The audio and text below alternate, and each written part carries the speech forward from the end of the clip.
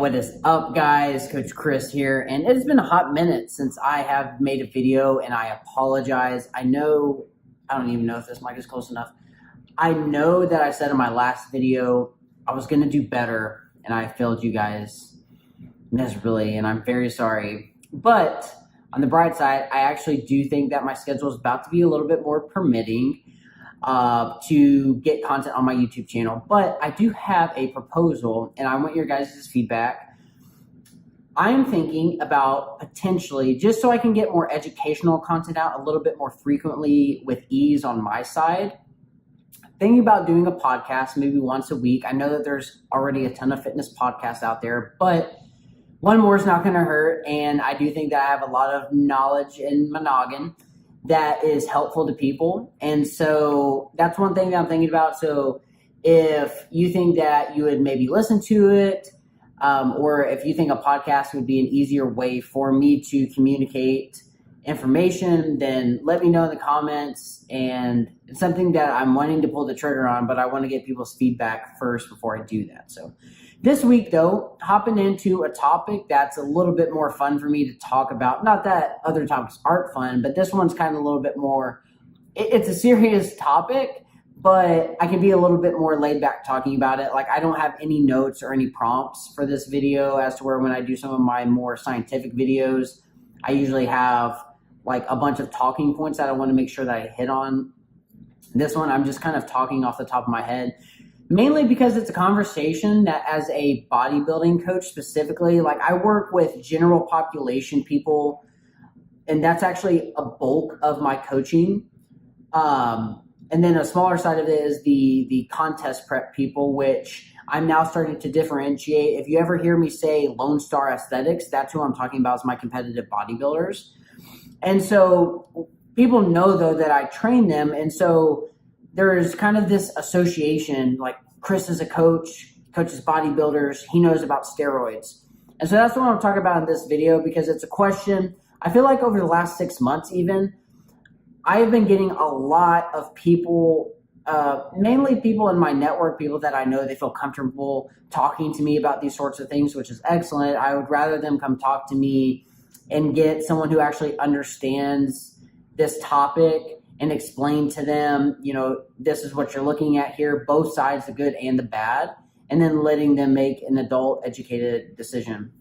And so that's what I want to talk about. And if you didn't see the title of the video, should you take PEDs, ...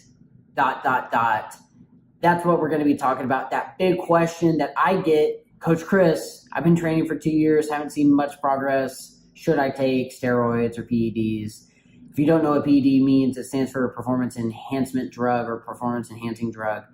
And so that's what we're going to talk about in this video. And hopefully I'll shed some light on the process that a lot of people go through when they are trying to decide if that's a step that they want to take. But before I get into any of the actual meat potatoes, oh gosh, what a text is saying. Before I get into the bulk or the actual content of what I'm going to talk about here, I want to disclose the fact with this video, I am in no way endorsing the use of steroids. I'm not encouraging people to take steroids. I'm not endorsing that behavior because, number one, it's illegal, both for people to do it and for me to endorse it online. And number two, I just don't want that responsibility on myself. So I'm saying that up front. All of the content from this video is meant to more so help people make that decision for themselves, because at the end of the day, the decision, even though most people unfortunately don't look at it this way, the decision to take anabolic steroids is a really huge it's a life decision, because there's implications on your life, your longevity, your quality of life. And so hopefully I'll bring up some things in this video that maybe make people think a little bit more, because I feel the mindset today is, oh, well, I have spring break coming up, so let me just run a quick 8-week cycle or 12-week cycle, and I'll throw 3 or 4 compounds in there, and I'll be shredded for my vacation, or whatever it may be. There's the mindset that I see, especially for people that come to me who've never used steroids before. And don't get me wrong, I've worked with people who have taken or do take steroids. So like I've seen both sides of the spectrum here. But a lot of people who come to me, they've never taken them, maybe they're interested in taking them. Pretty much the conversation usually goes, I have this thing coming up in 6 months or whatever. Do you think that would be worth taking steroids? Or the other most common way people bring it up to me is, I've been training for a year. I feel like I should be seeing more results. Should I maybe look at taking steroids because I have a very specific physique-related goal? Those are the two most common ways. And then obviously bodybuilders, that's a different category. So I'm not really going to try to separate these three all that much, but just know that when bodybuilders come to me, that's usually one of their first questions is, do I have to take steroids? So the first two are more, hey, I have this goal, or I'm not seeing the results that I want. The third one is they feel like they have to take it. So those are, I guess, really the three main approaches. I know I'm kind of being scrambled here, but like I said, I don't have any notes. But those are the three main ways that people bring up, should I take steroids, to me. Anyways, I'm sure if you talk to other coaches, maybe they've heard of other things, but those are really the top three ways that I've had people, clients or not, bring it up to me. And so the thing about steroids is, and I've already referenced this, is it's a life decision. It's not meant for short term, if I can talk properly. It's not meant for a short term, like that's not how you should be thinking. You should really be thinking about this in terms of long-term implications. And the reason I say that is, if you're taking steroids and you think that taking an 8-week cycle is going to just radically transform your physique and you'll never be the same again, during those 8 weeks, sure. But another 8 weeks after that, you're most likely going to be right back where you started, and you're probably going to feel a little bit worse, and you're going to be really depressed. You're going to be frustrated because you don't have the, let's just face it, you're not going to feel the same naturally as you do on gear. Plain and simple. That's why most people stay on it forever. They don't ever come off once they do their first cycle. They don't really cycle at that point anymore. They'll do what's called cruising and surging, which a lot of people, and especially the bodybuilding community, are familiar with that terminology, or that saying, I guess. It's not really official scientific terminology. It's just like what they call it.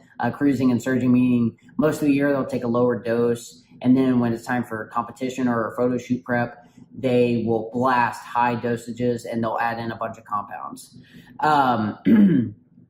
And so that's why I say it's like a long-term thing that you have to think about, because you're not going to change anything really if you take one 8 or 12-week cycle of steroids. So the way that I tell people to first think about it is, think about it, if before you take your first shot, are you willing to take that shot every week for the rest of your life? That should be the first question to ask yourself. If the answer is no, steroids are not for you.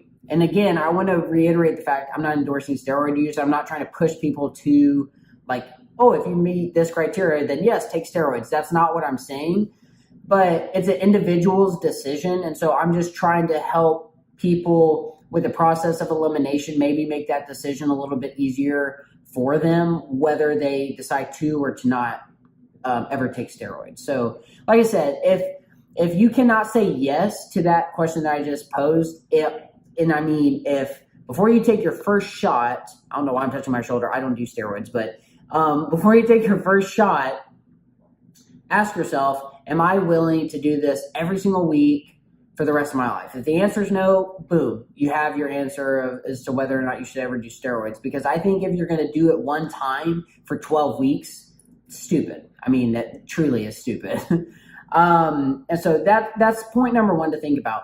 Point number two to maybe sort of explore whenever you're going on this, because I believe every serious lifter, and I hate like saying lifter because I don't even like calling myself a lifter. I associate that with powerlifting, and not that there's anything wrong with powerlifting, but I'm a bodybuilder. I work on my aesthetics and my physique and my overall health. And so, but I'll say, when I say lifter, I just mean people who do resistance training regularly, whether it is for powerlifting or strongman or bodybuilding or whatever it may be. I'm kind of just throwing everyone in the group right here. But I hate to do that, by the way. But I truly believe people who get serious about lifting, sooner or later, that question is going to pop into their head. Oh, well, should I take steroids? That's why I wanted to do this video. And so going on to point number 2, before I got sidetracked, you have to ask yourself, why would I need to do steroids? Okay. For bodybuilders, that's a little bit easier question to answer because everyone does it. Well, I don't want to say everyone, but a lot of competitors, especially ones that are actually aspiring to be at the IFBB pro level and being well known in bodybuilding, they're taking gear. It's just a part of the sport. People accept it. As a coach, I accept it. It's unfortunate, but that's where the sport is today. And they're taking a lot more drugs now than they did in the 60s and 70s. I guarantee you. So why would you need to take them? Ask yourself that question. Like I said, for bodybuilders, easy. For general population people who aren't athletes, they don't compete in really anything. They work out to look better, to feel better, whatever. That question could get a little bit murky. Are you doing it for extrinsic or intrinsic reasons is a good way to think about it. So meaning, are you doing it from social pressures to look a certain way? Or are you doing it because even though you don't compete, maybe you do still want to see how far you can push your physique, and steroids could be looked at as a tool to take that as far as possible.